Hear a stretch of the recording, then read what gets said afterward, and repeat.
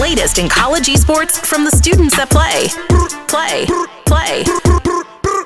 Go behind the scenes at the schools that game. The only place where esports are on campus. Welcome back to CheckpointXP On Campus, your number one resource for collegiate esports. I am your host, Norris Howard, and as always, I'm joined by the wonderful people out at the UNLV studios, Daniel Agbuya, Jacob Brothers. Say what's up, guys. What's up, guys? Let's go, gamers. That's what's up. We got a ton of great stories and results for you guys, but we're going to start with one of the biggest stories in collegiate esports developing right now, and that is the Play Versus platform officially creating a varsity esport for Fortnite. That's going to be on the high school and at the college level. Now, if you're unfamiliar with Play Versus, and if you're unfamiliar with the story behind Play Versus, that's a platform that's been looking to sort of democratize all of esports at the high school level, and with Fortnite, this is the first time that they're doing something for college. So guys, we've seen the details of this rolling out over the past few days. The story comes courtesy of TechCrunch. What do you guys think this will do for the college scene, an official Fortnite tournament? My thoughts is, what took him this long? Right? I mean, I believe the song goes, we like Fortnite, right? No, this whole scene was dominated by younger people. And so it seems like this did come a little late. Granted, it's using a great platform, and this is probably the number one game they could have on that platform. Exactly. People are already playing this now. Obviously, we had the Fortnite Cup, and it had the huge numbers, huge prizes. So it only comes naturally that it comes onto the high school and collegiate scene. Yeah, and each high school will pay about $65 per player to enter into the tourney. We don't know the amount that colleges would have to pay or provide to enter the tourney, but we do know that this is the most organized Fortnite tournament out there right now. As much as Epic Games is wonderful, as much as they put out the amazingly huge prize pools, as Daniel was talking about, the lead up to the World Cup was not very well received. There was changes right up to or during tournaments. There would be patches that would come in at really inopportune times for tournaments. Dates would get moved around. So this is the first time that we've seen the Fortnite scene try to really sort of use a third-party provider to organize its tournaments. So I think it's very interesting. And another one of the big things that's coming up is that the registration is right around the corner for this. Yeah, they're going to hit the ground running. So I am really excited to see how the Fortnite scene kind of grows the collegiate scene. I think it's only duos, right?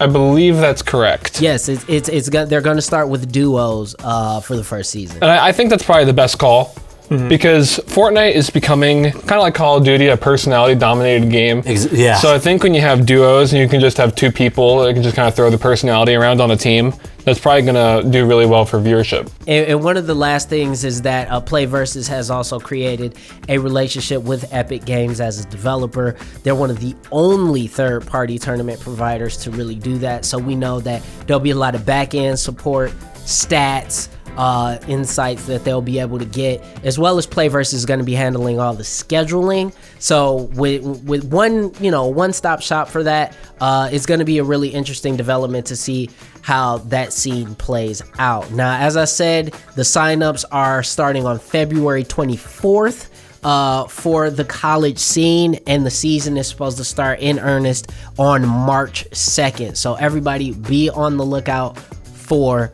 that. Now, we're going to change gears a little bit, because we here at CheckpointXP On Campus, we understand that not everyone watches every esport. We know it for a fact. So every now and then, we're going to take some time out here on CheckpointXP On Campus and give you sort of a rundown, a primer of the esport that maybe you're a little bit unfamiliar with. So with that said, Jacob Brothers is going to lead us through some things you need to know in order to make in order to make Overwatch your new esport of choice. So Jacob, take it away.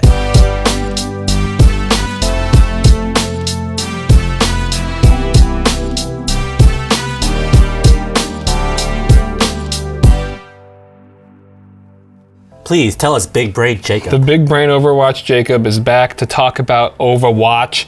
No, so when we talked about doing this, I didn't want to make it just like here's how many characters there are, blah, blah, blah, blah.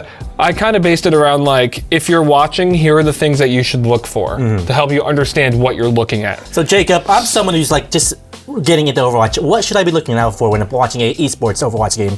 Just aim and click forehead. No, so number one is that it's all about the objective. Every single match either involves pushing a payload, capturing a point, or both. Okay.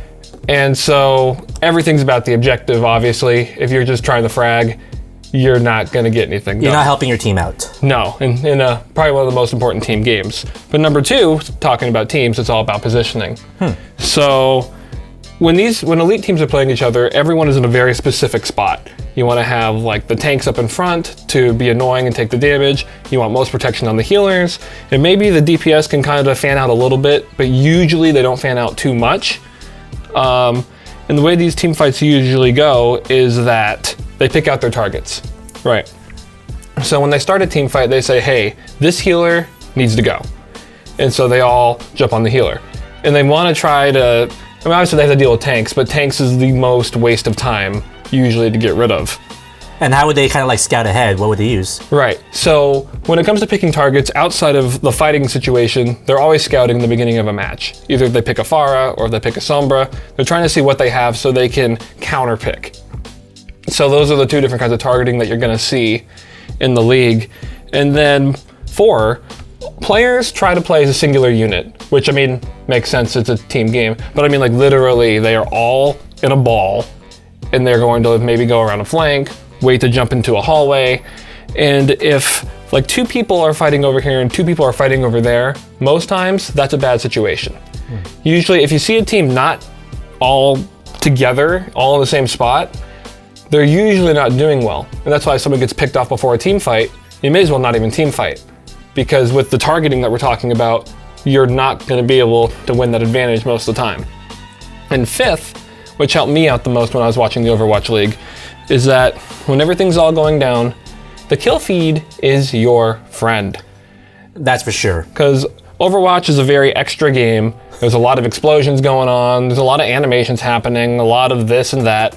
And so when everyone's all just kind of throwing their bodies at each other, if you just look at the left, it's like, hey, I like the blue team, and the blue team's on the left side, you know what's happening in the team fight the entire time.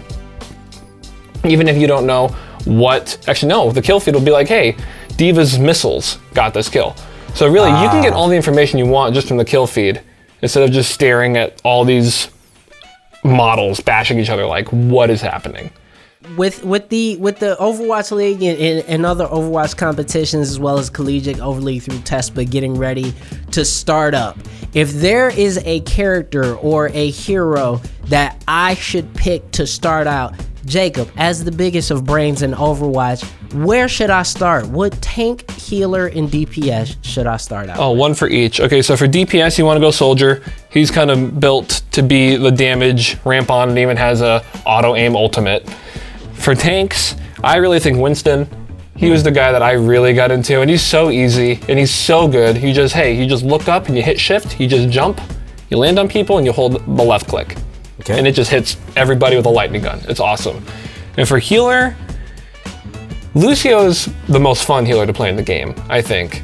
It's kind of hard to run on walls, but Lucio's my guy. And he's good for a team too, right? Oh, he's great for it because he's AoE. So you don't have to really think about anything active. If you're like, oh, I hit this button to heal, now I'm this button for fast.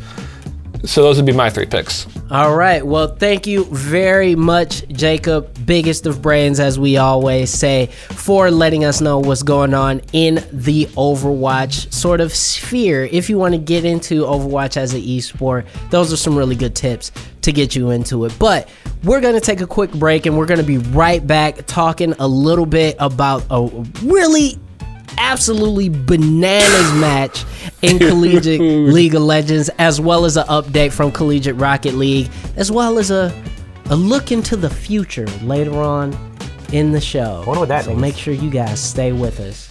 Checkpoint XP on campus.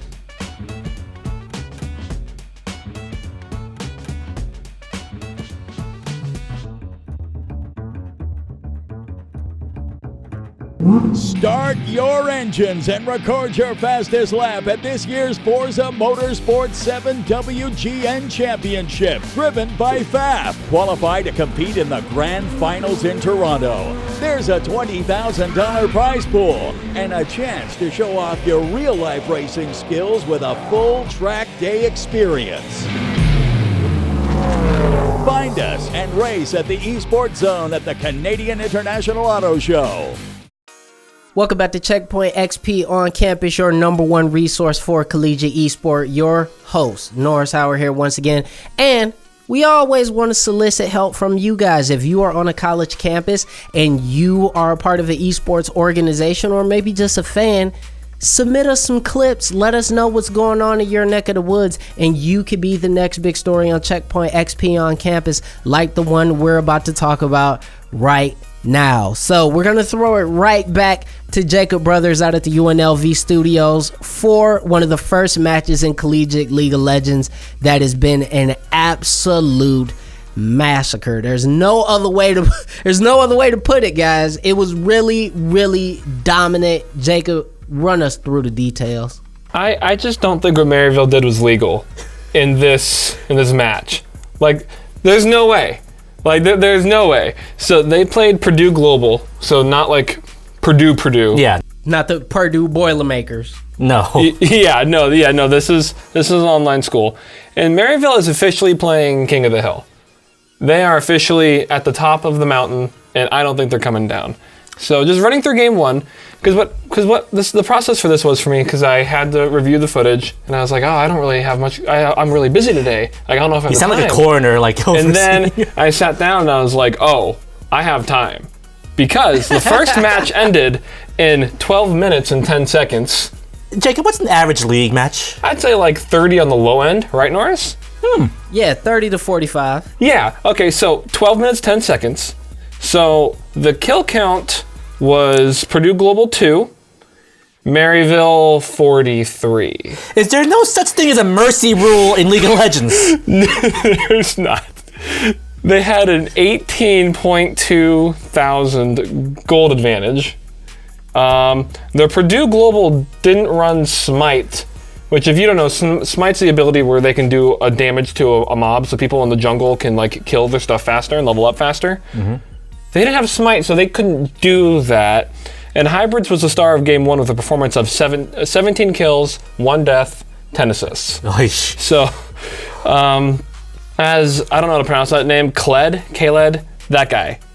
Kled. Okay, ooh, I killed it. And then, maybe it was just, they had a rough game one. Yeah, everyone could have a rough game one. Game two ended in 10 minutes and 56 seconds. What? With the kill count being Purdue Global 2, Maryville 25. So not as bad, with a 15.9k gold advantage. Did they?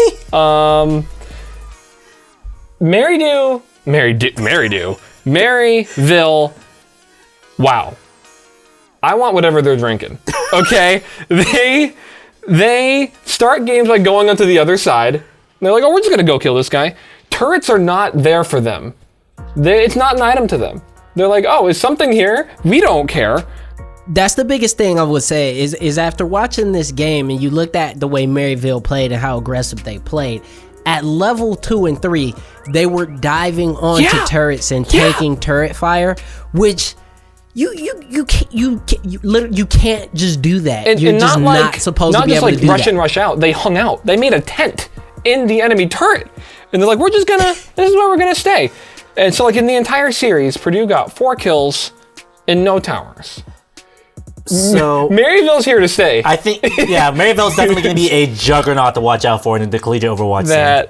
Oh my gosh, I really hope this is the rest of the season, because this was inspiring, to say the least. Yeah, definitely. So this was not all that Maryville is going to be up to. So, what's some of their other matches? Because obviously everything is not going to end in a 62-4 stomping. Mm-hmm. What else is Maryville up to? They're also playing in a second tournament, which I didn't know until I went to look up their college League of Legends stuff. But they're playing in a ASU plus GSV conference, and it's just like a education technology conference. and they played Stony Brook. It was more or less the same thing, 2-0, around 30 minutes. And so they're still just stomping. Hopefully there'll be somebody to give them competition. There will be. Yeah, so that's going to be it. We wanted to highlight such a crazy game from Maryville University. We are also going to have more results in our brand new results ticker down below. Ooh. So if you want to follow up on all of the Collegiate League of Legends stuff going on, you'll be able to see updates on that ticker, as well as slide over to the Collegiate League of Legends website where you'll be able to see all the results. And we're also going to be talking about the CSL League of Legends results as well. So make sure you guys are always tuned in to Checkpoint XP on Campus, where we can give the great results to that amazing esport. But coming up next, Daniel is going to be helping us out, let us know what's going on in Collegiate Rocket League, as well as we dive deep into the future. More coming up for Checkpoint XP on Campus. Make sure you stick around.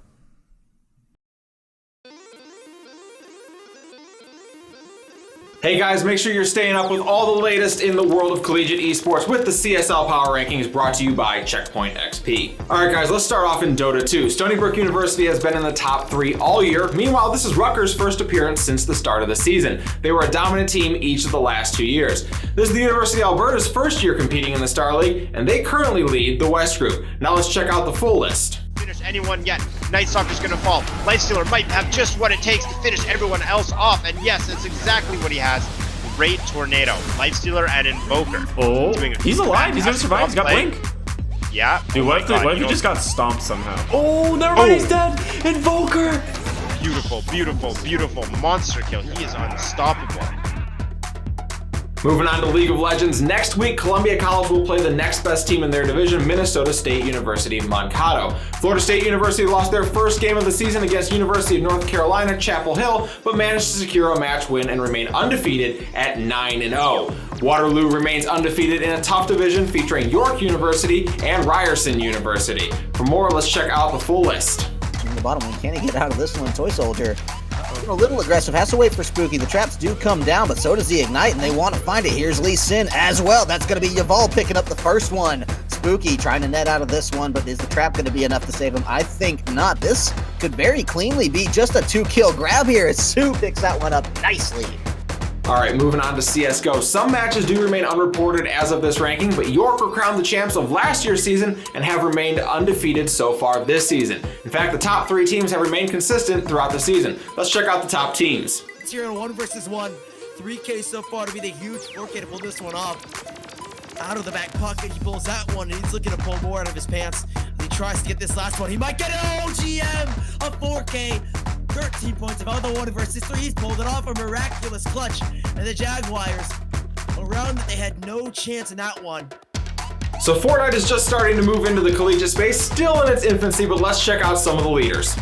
Not in the circle just yet. He's not in the safe zone, but there's a player there. Shark down. He didn't have any mats. Down, but not out. Beauty is still alive, about on half health with about half shields left. He's dropped to about 30.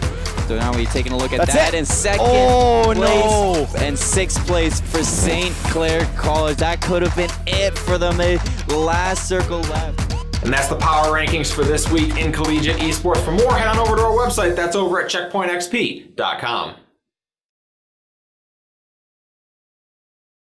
Welcome back to Checkpoint XP on Campus, #1 resource for collegiate esports in the world beyond. Your host, Norris Howard here. Make sure you also slide over to checkpointxp.com where you can find all of our glorious merch. You can also find news, opinions, and stories done by our wonderful UNLV cohorts who help us out with all that stuff.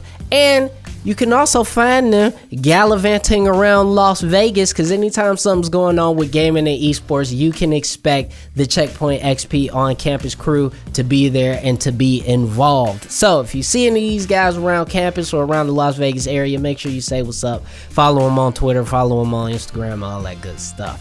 Now, we're going to throw it right back to the UNLV studios and talk a little bit to Daniel Agbuya this time about Collegiate Rocket League. So, Daniel, what's the word, my guy? Strap in your seatbelts, ladies and gentlemen, because it's your driver, Daniel Agbuya, to guide you around the Collegiate Rocket League scene. Big brain Daniel has arrived. That's because my brain's too full of Rocket League right now. So we finally had the last 2 qualifiers for the collegiate Rocket League scene, and we have our results. So for the Western Conference, we have Long Beach with a 7-1 record with their only loss to ASU Gold. University of Utah with the Black with 6-0. Cal Poly with a 6-1, a loss to Nebraska.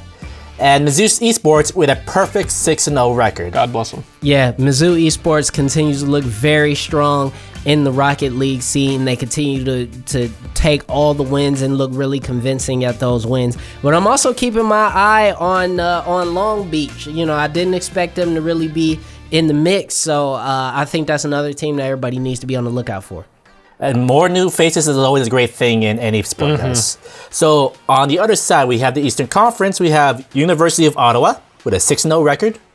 Akron Zips Blue, 6-1 with a 1 loss to the University of Maryland. Rowan University with 6-0. OSU Scarlet, 6-0.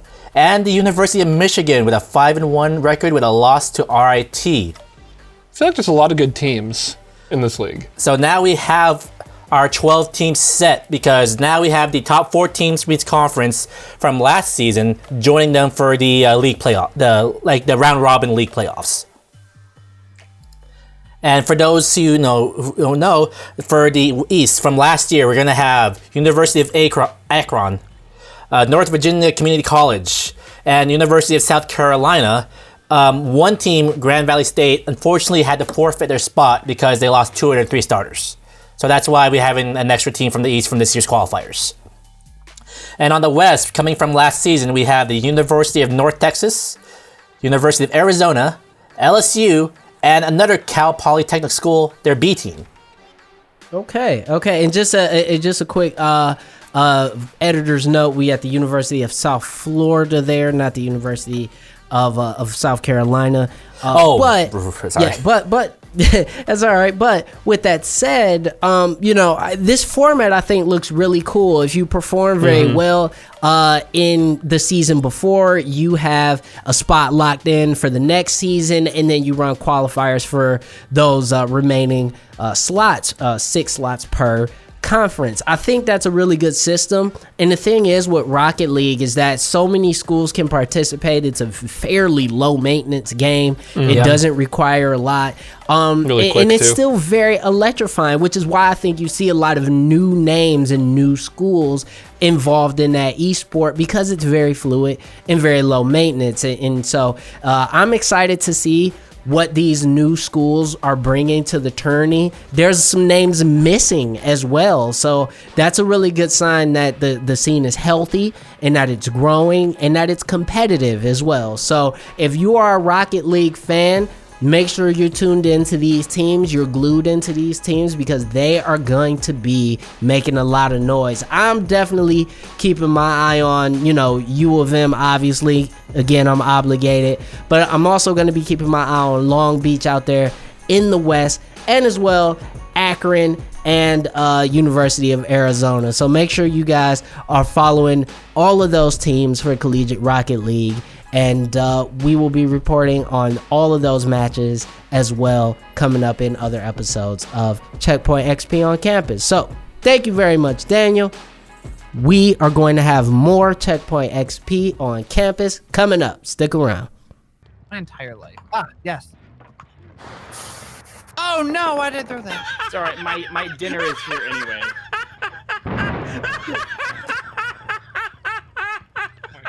What happened? What? I watched him throw the firecrackers down on himself through the wall. Welcome back to Checkpoint XP on Campus, your #1 resource for collegiate esports. And here's a game we didn't talk about a lot during the last semester of Checkpoint XP on Campus, but again, we're going to try to do more and bring you more content, more esports, more schools. So we're throwing it right back to you on LV to talk about a preview of the upcoming CSGO collegiate season. All right, so CSGO is one of the most popular esports, and we're finally gonna start focusing on the collegiate scene. So we got one big tournament I wanna mention here. We got the NACE CSGO National Championship starting this spring. The season will start on February 19th all the way to May 21st.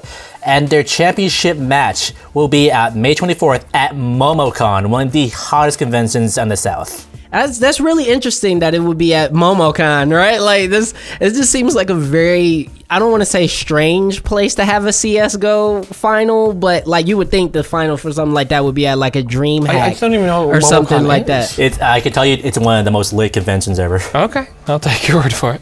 How are you aware of this, Daniel? Do I need to check some references? No, here? just don't look at my. Are you a con person? Don't look at my Instagram. That sounds like some great content. That would be great content. But if you guys are hungry for CSGO stuff now, we have the Collegiate Star League going on with their season, continuation from last semester. There are currently 182 teams on this roster. You can watch all those. You can watch all that, but thankfully they release their power rankings and a marquee match every Thursday. Ooh. So as of week 8, we have our power rankings of number 1, York University, UC Santa Cruz, RMU Illinois, University of British Columbia, Urbana-Champaign, Cableton University, Michigan State, Virginia Commonwealth, and University of Pittsburgh, and finally at number 10, University of Washington.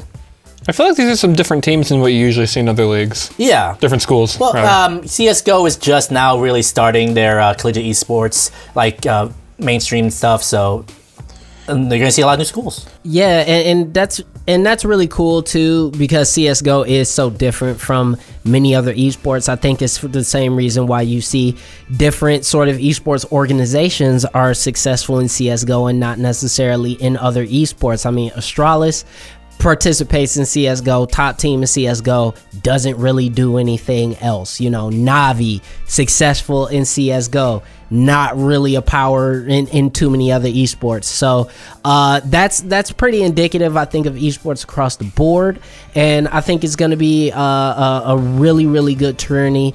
And the thing is, CS:GO, a lot of people talked about the violence aspect of CS:GO when it came to collegiate esports. It's part of why it's not carried in high school esports. So I think it's interesting to see CS:GO supported by CSL and NACE. So again, another scene that we will be following coming up. And Daniel, thank you so much for those power rankings as well. So smart.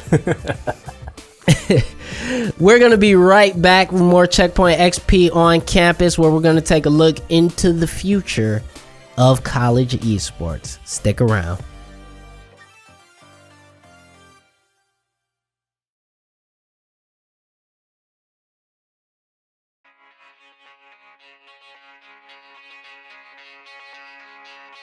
Sometimes it works out, sometimes it doesn't work out. And then it works. I know how bad you want this, so go ahead and get it, okay? Double kill for Maryville. That's gonna be a quadra kill. Double kill picked up by Capcom from Saskio, the hero of this game. Penta kill for Walrus. We might be the most dysfunctional team in collegiate. Tony, you're the best! Oh my god, no, you just choked. It was really an enjoyable series. Oh, there goes Marco. Every team that we are going to play this weekend knows we're the best team in this tournament. They are afraid of you guys. Go out and play your game and have fun. You're going to win. It's going to be insane. Maryville University are going to be your North American Collegiate Champions! 1, 2, 3, 6! Welcome back to Checkpoint XP on campus, your number one resource for collegiate esports. And listen, we don't just report the news or tournament results or new players. We sometimes predict the news. And therefore, we are going to look into the crystal ball of collegiate esports. Gentlemen, you have a special guest in the studio. What is he talking about? You cannot predict the future. Guest. Daniel is the guest, Sonic.